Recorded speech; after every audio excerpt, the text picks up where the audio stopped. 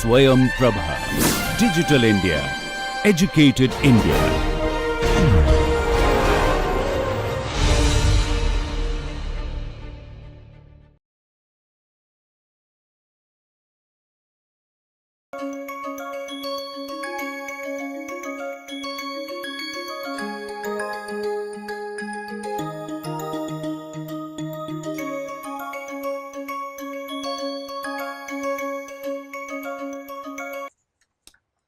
I'll just go there.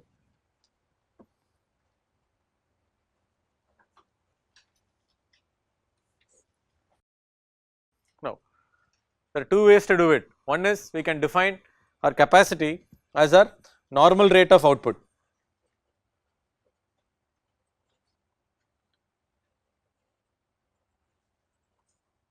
Defined as normal rate of output. When I say normal rate of output, what we mean is that if this is a speed at which we typically work, you can take that as a capacity. So, if suppose the pressure is higher, we are able to do little more also, we are able to work little faster. So, we can define a capacity as a normal rate of output. So, if my scheduled pressure becomes very large, then I am able to produce or work faster and produce little more than what I do normally. Okay. So, in this case, what is it? Capacity utilization must pass through 1, 1,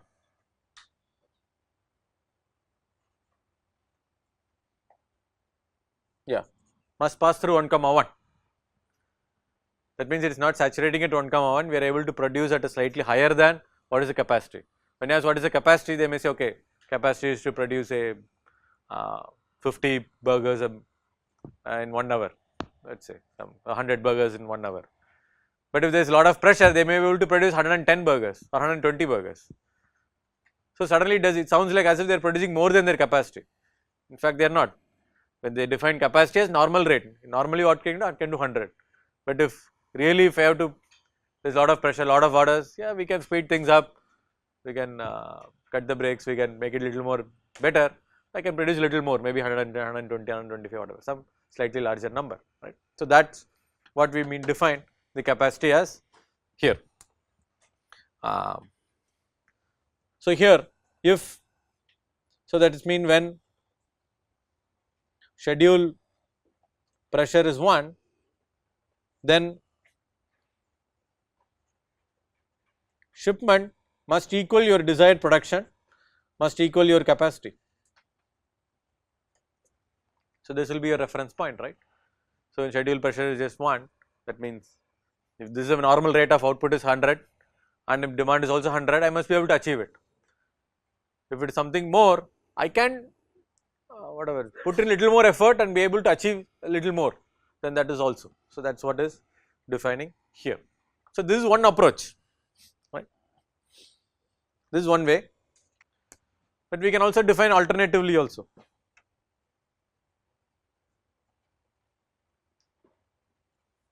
Alternately, we can define the capacity as a maximum possible output.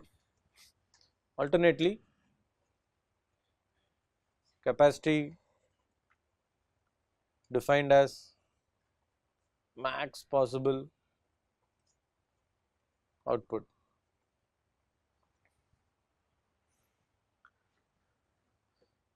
This implies that capacity utilization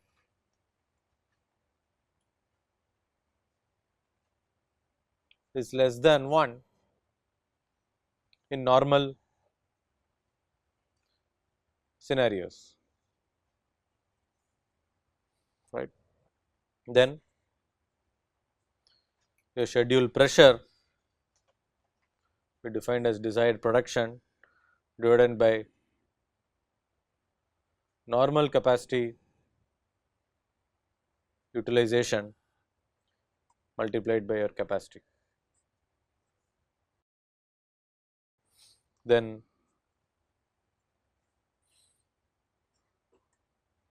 utilization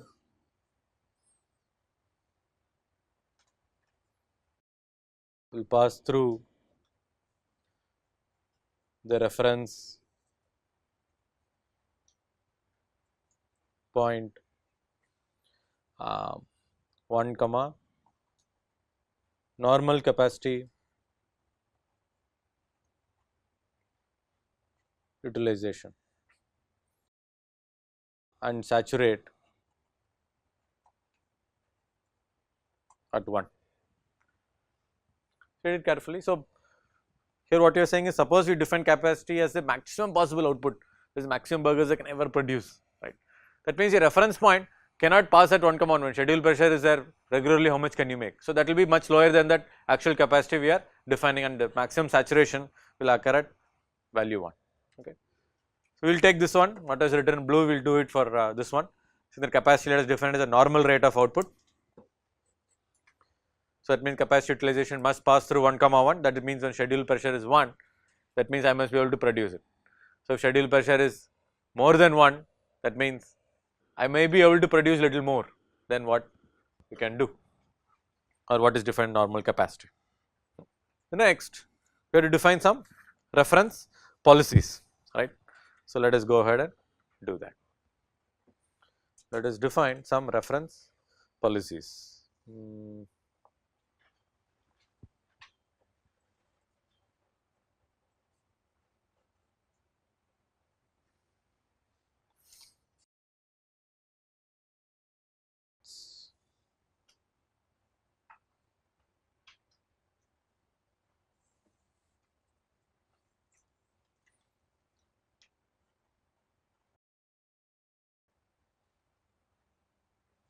Your schedule pressure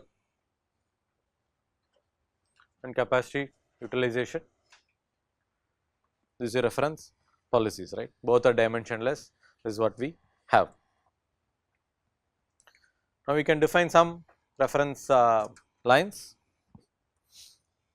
Let us define one line. When shipment is equal to the capacity, then what should be the line? Cu should be 1. When shipment is equal to capacity, Cu should be 1. So, let us just take that, let us put that as 1, and let us draw a straight line. So, in this straight line, Cu is equal to 1, and this corresponds to the policy that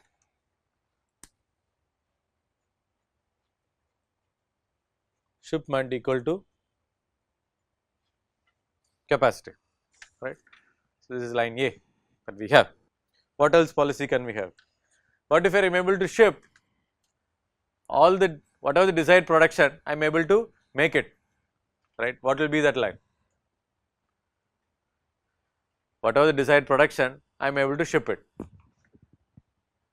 That means shipment is equal to desired production, right. That must be a 45-degree line. So, let us go ahead and draw a 45-degree line. I hope it looks 45 degrees, but yeah, go with it. So, this case Cu is equal to the schedule pressure, right. If capacity utilization equal to schedule pressure, that means whatever is my demand, I am able to keep shipping that same amount. So, let us this be curve B, curve A, what we have. Now comes the more interesting lines. What else could be the reference policies here? When we do many models, we typically assume this, saying that if schedule pressure is less than capacity, then do schedule pressure or do capacity. I can use a min or max function and just simply model it, correct, or if then else construct, we saw it last time. But in this case, we want to make it more realistic, saying that you do not get exact such shifts. As we approach closer to our full capacity, I may not be able to produce at the same speed, 1. And 2, if order is very less, I am able to get it even faster, because I am at a very low capacity, right. So, suppose my schedule pressure was hardly anything, so I may be able to do things much faster than what it is, right. So, how much faster can I go? Suppose my schedule pressure is low, that means my demand is very low as compared to capacity. Capacity is say 100, my demand is say for 10, right. So, I'll be somewhere here. So, in that case, how much early can I go? How much sooner can I finish it, right. So, I must be able to do it much faster, right. So, there the utilization could be much higher, but I can only go to up to some limit. There has to be some processing delay, there has to be some heating delay or some processing delay. I cannot speed up much lower than that particular value. So, for now just bear with me. So, let us draw one more line called, let us call this line Cu is equal to S max multiplied by Sp. Let us call this curve C. Let us see what it means. Let us do only for curve C. Curve A and B is kind of obvious, so we are just going for curve C. So, the line Cu is equal to S max multiplied by Sp, where S max is the maximum slope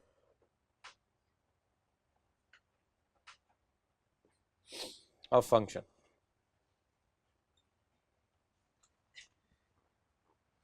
It corresponds to policy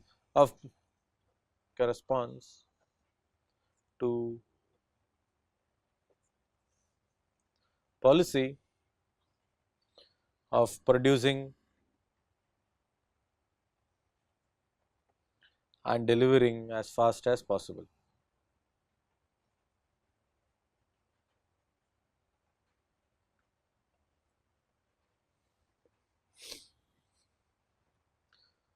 As fast as possible means minimum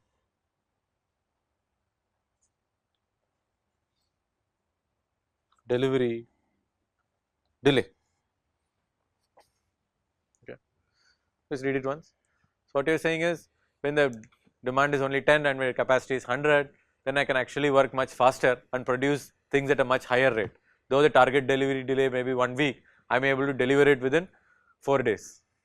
I may not be able to deliver it in 1 day, maybe it takes some time to actually produce it, but I may not need to wait until the 5th day or 6th day to deliver it. I may deliver it much faster, but there is some limit, S max. I do not know what it is, but it is some limit. Let us see, go ahead and try to find out how to derive this S max. So, let us try to compute for curve C, for C itself, we are continuing that. Let us go to our basic equations. Shipments is defined as capacity into capacity utilization, correct. So, now on that curve C, it is nothing but C into S max into schedule pressure, which is C into S max. What is schedule pressure? Schedule pressure is nothing but desired production divided by capacity, which means it is S max times my desired production.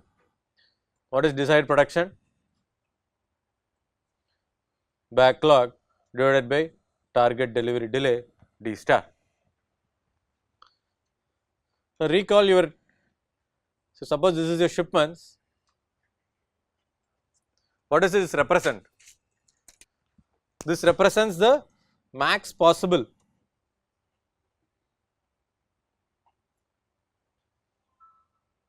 shipment rate, correct. Now, if you recall the delivery delay equation,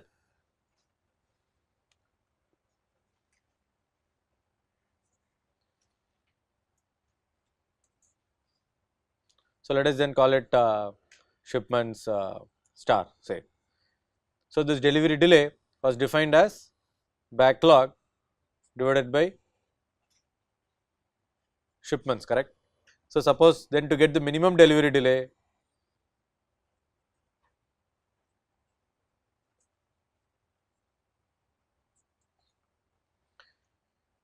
I can substitute B by shipment star which is nothing but B by S max into B by dd star, which is nothing but desired delay by S max, or S max is nothing but your dd star divided by dd min. Alright.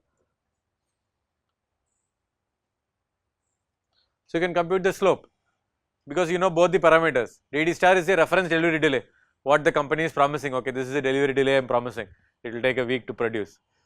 dd min is, you know what is the minimum time it is going to take, what is the minimum total cycle time it is going to take to produce, there is absolutely no delays. So, that we cannot go lower than that, there are physical limits to it. So, based on that we can define, okay, that is the maximum speed at which I can ever produce. Push comes to shove, that is the maximum I can ever do, can easily be computed and we can get those values. Now, let us go back to the sheet. So, now we have 3 values, right. Can you come up with one more curve? Suppose my scheduled production is much higher than my or my desired production is much higher than my capacity, right. So, that means the value here, so this is SP and this thing, so this point has to be 1, but can I keep on producing on this line B forever? No, right, I cannot keep on producing on this line or even this line forever.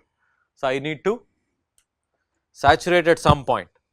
Let us, for modeling sake, let us simply define another line, say Cu is equal to Cu max, let us call it line D. It is possible in reality also to get your Cu max, because the maximum utilization ever possible. There are physical limits, you know, this is the maximum overtime people can work, this is the maximum people I can employ, even if there is physical, the machines can only work for so much time. So, based on that you can say how much maximum you can produce, even if you can produce say a normal rate 100, if the order is for 10,000 units, you clearly can't make it. Maybe you can go up to 110 or 120 or 125, 130, 150, whatever. So, that is the maximum you can never do, right, somewhere it will saturate, right. So, now we have these nice reference policies. Okay. Now, step 4 in our list of steps or guidelines, we are supposed to find out what happens under extreme conditions. What happens when schedule pressure is 0? It has to be 0. So, one extreme condition, can backlog be negative? You can say okay, that does not occur in this particular scenario. So, that should not occur, so anything less than 0 I should not be able to ship anything, right. So, if that means scheduled shipment has to be 0, if no orders come in, backlog has to be 0, desired pressure has to be 0, that means shipment has to be 0. And when scheduled pressure is very large or desired production is very large, that means it is saturated at C max. So, at some value here it should reach C max. Those are only 2 possible limiting conditions you have, anything 0 or lesser it should be 0, anything more than at a large value Cu will take only a maximum value of C max, whatever be the value, up to infinity suppose it has to take C max. So, that is the extreme condition that we have thought. And domain, you can maybe quickly I will write it here.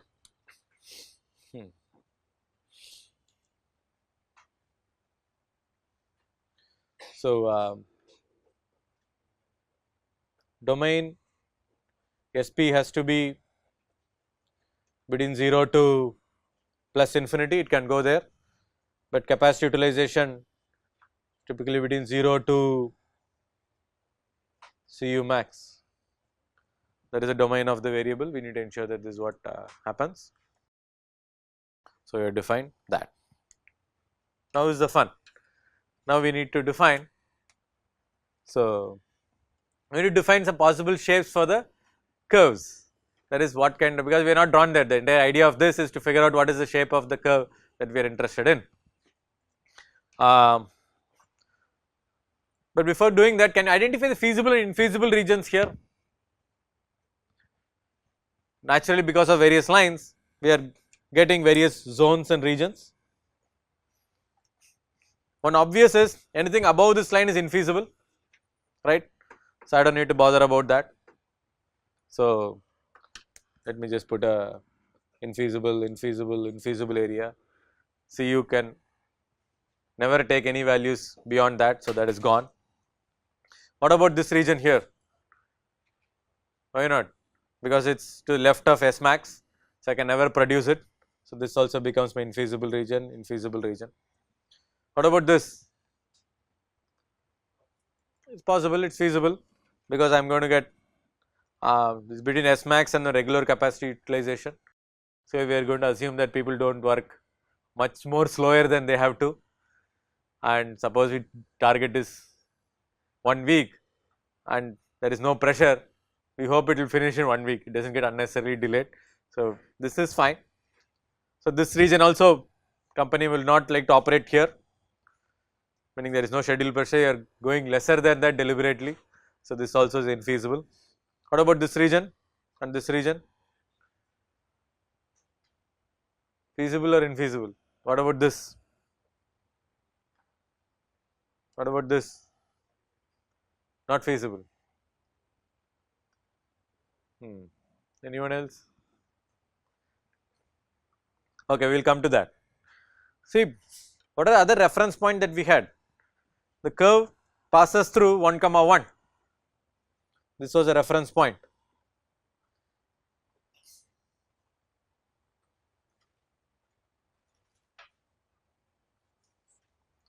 Curve passes through 1, 1.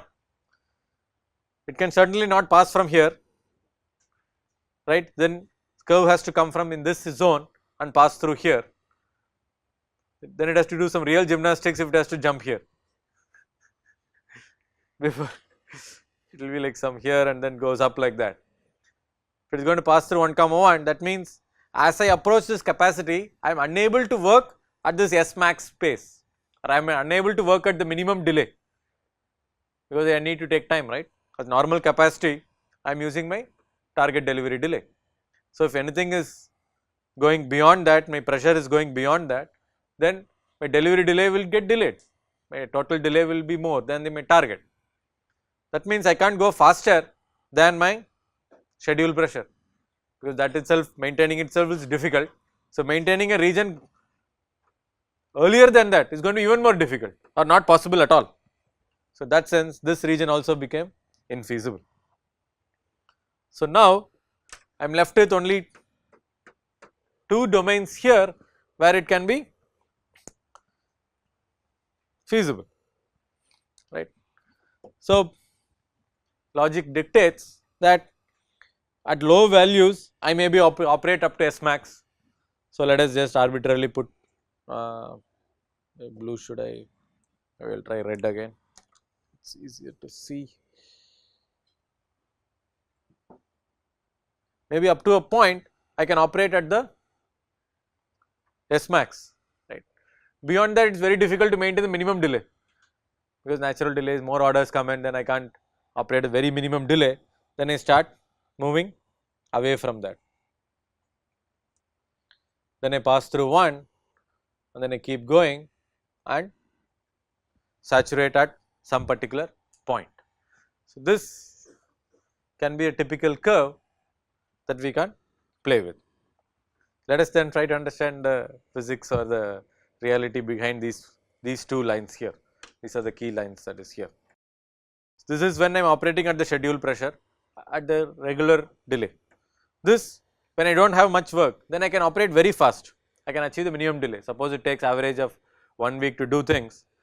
If I am operating here, that means I am going to finish the job in 4 days, right. As more and more work comes in, it is going to be very difficult to maintain that 4 days delay, because I am only promising people 1 week. So I am going to start working only at that 1 week delay time. So as my schedule pressure goes higher, or my desired production or the backlog becomes larger, right. When schedule pressure becomes higher means what? desired production means this goes higher, which means backlog should have gone higher, everything else are constant. So, as backlog becomes larger, I cannot work at this minimum delay. So, we have to work at this at a standard. Okay, this is a schedule pressure, as a normal capacity I am able to produce say 100 burgers, okay, let me produce that, because order is 100, I can produce 100. That is the speed at which, and it will take so much time. So, I work out that much amount of time to achieve that. Yes, whether we stop very early at 10%, 20%, 30%, that depends on our speed and the actual region. So, you can actually come like this, and what you are saying is it can go much tangentially, and it can saturate flatter, or it can go very steep and saturate much quicker to that, or it can take much longer time to saturate. So, all those, so within this feasible region we can have many, infinitely many combinations of curves, but we are not going to get a different shape of the curve, the shape continues to remain the same. That is the idea. So, so at this point we have to make some assumptions so that we can enter the values and start building the model. Suppose we say our normal capacity is 80% of the maximum capacity, okay. So, then if capacity utilization is 1, then C max will be about 1.25, right. Normal capacity is 80% of the maximum ever possible, then the max possible, and then you define that 80% as 1, that means capacity max has to become 1.25. Simple numbers we can have, and then we can divide it into different intervals to identify and draw what is the curves that we want. So, let me just go back to our slides. So, these are steps we did. We did normalization, we identify reference points, reference policies, extreme condition, domain, possible shapes. We have drawn one shape. Now, we need to specify the values of the function. That is up to us, how long we want to do it to saturate it. I have entered one such combination in our Winsum. Let us just quickly see that model.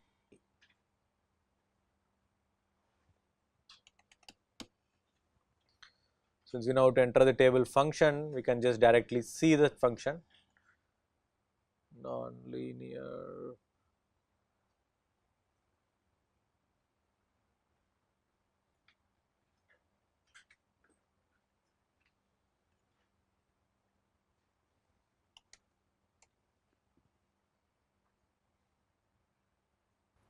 So, model, I am not sure this is the final one. Schedule pressure is defined, capacity utilization as graph. Okay. So, here you can observe the input schedule pressure goes increments of 0.25 and goes all the way to 2.5, and your output goes from 0, 0.33, 0.62, 0.85, 1. These are just some arbitrary numbers that has been put, but idea is it saturates at a max value of 1.25. We put some extra value so that if schedule pressure goes beyond 2.5 also, it has to be C max has to be 1.25, that is a carrot is taken. One extra, a few redundant values are also there to ensure that the curve actually flattens out at that particular capacity utilization. How we know it is operating S max? Because a normal input is 25, but here it is 33% is output. So, you are operating at a higher speed than you are able to work on it. At 1,1 it means at 0.25 you are operating at slightly higher than that, 0.5 you are operating slightly higher, even 0.75 you are operating slightly higher, only then you cut into 1. After that you are operating at a lower speed, 1.25 you are operating at only 1.1, 110% of your capacity, though your pressure is to work at 125%. When pressure becomes 1.5, still it goes only little more etc., and then saturates, right. So, these values are closer to your S max, and here it cuts your 1,1 point, starts with 0, 0, and then it saturates at 1.25. So, if we simulate it, I am not even sure what is the order equation. Looks like we are given some step input function, we can visualize it. This is orders that has come. Based on the orders, this is the scheduled pressure that has occurred. Sometimes it goes beyond 1.5, then sometimes it goes close to 0.6. You can see both together. You can see the capacity utilization, the red line starts at 1 and then goes up to 1.2, then again falls down to 0.8 and fluctuates there, while scheduled pressure goes all the way to more than 1.6, then falls much below. When scheduled pressure falls below, still I am capacity utilization 0.8, I am able to work faster. So I am operating not on that line, a little away from the line, closer to S max, X max. If you model delivery delay against the target delivery delay, you can see the target delivery delay always 1, which is 1 week which was given. When the scheduled pressure was high, when orders was more, in that time average delay increased, but then average delay then fell down. I am able to produce much faster. So, this we are approaching the minimum delivery delay, the right here. So, building the model, we observed how schedule capacity utilization changed for scheduled pressure, how the orders affected change in scheduled pressure, what are the ranges, etc. we just saw. These are steps that we did. How do you normalize reference points, and the extreme conditions we checked. We draw the functions and did a test run. You can do sensitivity analysis to figure out vary the maximum capacity utilization between 1.2 to 1.5, vary the minimum delivery delay from half of target to other extreme where it equals target. Here minimum delivery delay, you have to figure out S max, right. So, we can change, suppose X max, suppose the minimum delivery delay could be just half a week, then what happens? Then you can vary the slope at their operating point. The base case slope is 0.6 at the operating point, but you can try to change it more flatter or more steeper to see how it fluctuates. Your production rate is going to shipment rate fluctuates based on the shape of the curve, and then you can try to work on this question. Base case flat and steep case will schedule pressure be high. So, you can try to I will upload some of the sample models, you can take a look at it and run it. Yeah, thank you.